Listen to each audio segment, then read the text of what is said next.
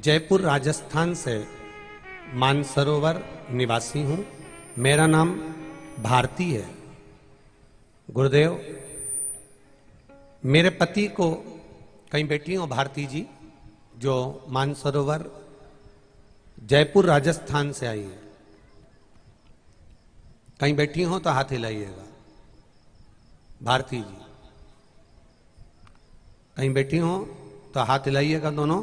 मानसरोवर जयपुर राजस्थान से दिख गई है? ठीक है, दोनों हाथ हिला दीजिए एक बार। कहाँ बैठी हुई है? अच्छा, उधर बैठी। ठीक है, दोनों हाथ हिला दीजिए एक बार। मेरा नाम भारती है। गुरुदेव, मेरे पति को बाईं साइड में कान और गर्दन के पास में एक बड़ी सी गठान हो गई थी। गठान की जांच करवाने के लिए लेकर गए। 3 से 4 हॉस्पिटल में जांच कराई और उस गठान का सैंपल निकालकर भेजा गया तो उसमें कैंसर की गठान बताई गई। गुरुदेव, बड़े घबरा गए। करा क्या जाए? एक हॉस्पिटल के सामने से ही महिला ने कहा कि टीवी पर कथा आती है, उसको देखो और उसमें शंकर भगवान का गुणगान किया जाता है, आप उसको सुनो। टीवी पर कथा सुनना प्रारंभ करा। शिवलिंग पर 1 लोटा जल चढ़ाना प्रारंभ करा। डॉक्टर ने कहा था यह गठान का जल्दी से ऑपरेशन कराना पड़ेगा क्योंकि यह कैंसर की गठान है। गुरुदेव, 1 लोटे जल की महत्वता क्या होती है दुनिया में कोई नहीं जान सकता। शिव जी पे लोटा भरकर जल चढ़ाना प्रारंभ करा। बेलपत्री लेकर आती, अपने पति को दे देती और उनको खिलाती। गुरुदेव, गले में बड़ी गठान होने के कारण बेलपत्री अंदर उतर नहीं पाती थी, तो वही बेलपत्री उनकी जेब में रख देती थी दिन भर के लिए। दूसरे दिन रात्रि को वो बेलपत्री निकालकर विसर्जन कर देती, फिर चढ़ाकर बेलपत्री लाकर जेब में रख देती, क्योंकि गले में गठान बड़ी सी थी, कुछ भी खाने में निगल नहीं पा रहे थे। केवल जल शिवजी पर चढ़ा हुआ देना प्रारंभ करा। 1 महीने तकलीफ तो बहुत हुई गुरुदेव, और रोज जल लाती, देती, बेलपत्र जेब में रख देती। 1 महीने के बाद जब वापिस गांठ की जाप कैंसर हॉस्पिटल के लिए भेजी गई, बाबा की कृपा ऐसी थी, गठान गलना प्रारंभ हो गई और कैंसर नहीं निकला। ये शिव। बैठिए बहन, बैठ जाइए। श्री शिवाय। शिव तत्व की प्राप्ति हो महाराज। भगवान शंकर का गुणगान, शिव पर किया गया विश्वास, शंकर पर किया गया भरोसा दृढ़ होता चाहिए। लोग कहेंगे 1 लोटा जल चढ़ाने से क्या होता है, जल पीने से क्या होता है। एक बेलपत्री में ऐसा क्या है जो दुनिया के दुख हर ले?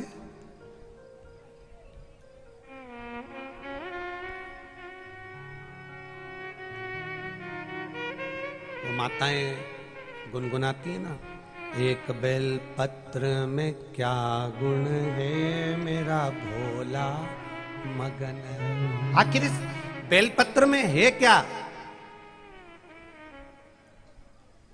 इस बेलपत्र में क्या रस तत्व है? एक वृक्ष पर लगने वाली बेलपत्र शंकर भगवान पर चढ़ने के बाद ऐसी कौन सी औषधि बन जाती है? पर औषधि भी उसी के लिए बनती है जिसका कथा पर और महादेव पर विश्वास पक्का हो, भरोसा पक्का हो। अब पत्नी पति को दे रही है बेलपत्र खाने के लिए, लो तुम्हारी शुगर ज्यादा हो रही है, रोज बेलपत्र खाओ। खाओ, क्या होता है बेलपत्र खाने से? वो तो पगला है, महाराष्ट्र में तो अक्कल नहीं है, सीवर वाला में तो वो तो जबरदस्ती मूर्ख बनाता रहता है बैठ के। क्या होएगा खाने से? अब पत्नी कह रही है बेलपत्र खाओ, शुगर लेवल में आ जाएगी, बीपी लेवल में आ जाएगा, खाओ तो सरी, खाओ तो सरी। डॉक्टर कह देगा 50,000 रुपए की जांच करा देगा, 25,000 1 लाख रुपया लगा देगा, और 25-50 हजार रुपए लगाकर 5-5 हजार की दवाई खाएगा ना, तब उसको संतुष्टि होगी। फ्री में अगर बेलपत्र मिल जाती है ना, तो लोग इसका मोल तत्व नहीं समझते। जो पैसे से मिलता है ना, तो लोगों को अच्छा लगता है कि मैं दवाई खाऊंगा ना तो फायदा होगा, औषधि खाऊंगा ना तो फायदा होगा, बेलपत्र से फायदा नहीं होगा। ये लोगों की सोच है। उसकी कीमत नहीं समझ रहे।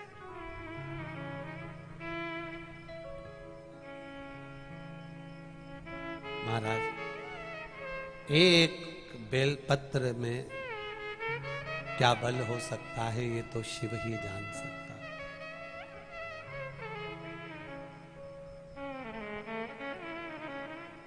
जिसकी sugar, BP, thyroid,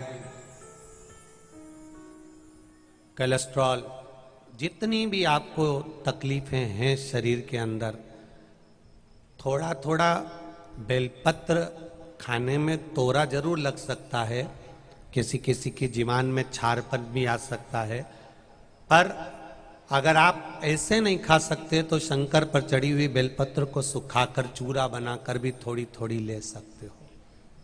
Kundkeshwar Mahadev का नाम लेकर आप धारण कर सकते हो।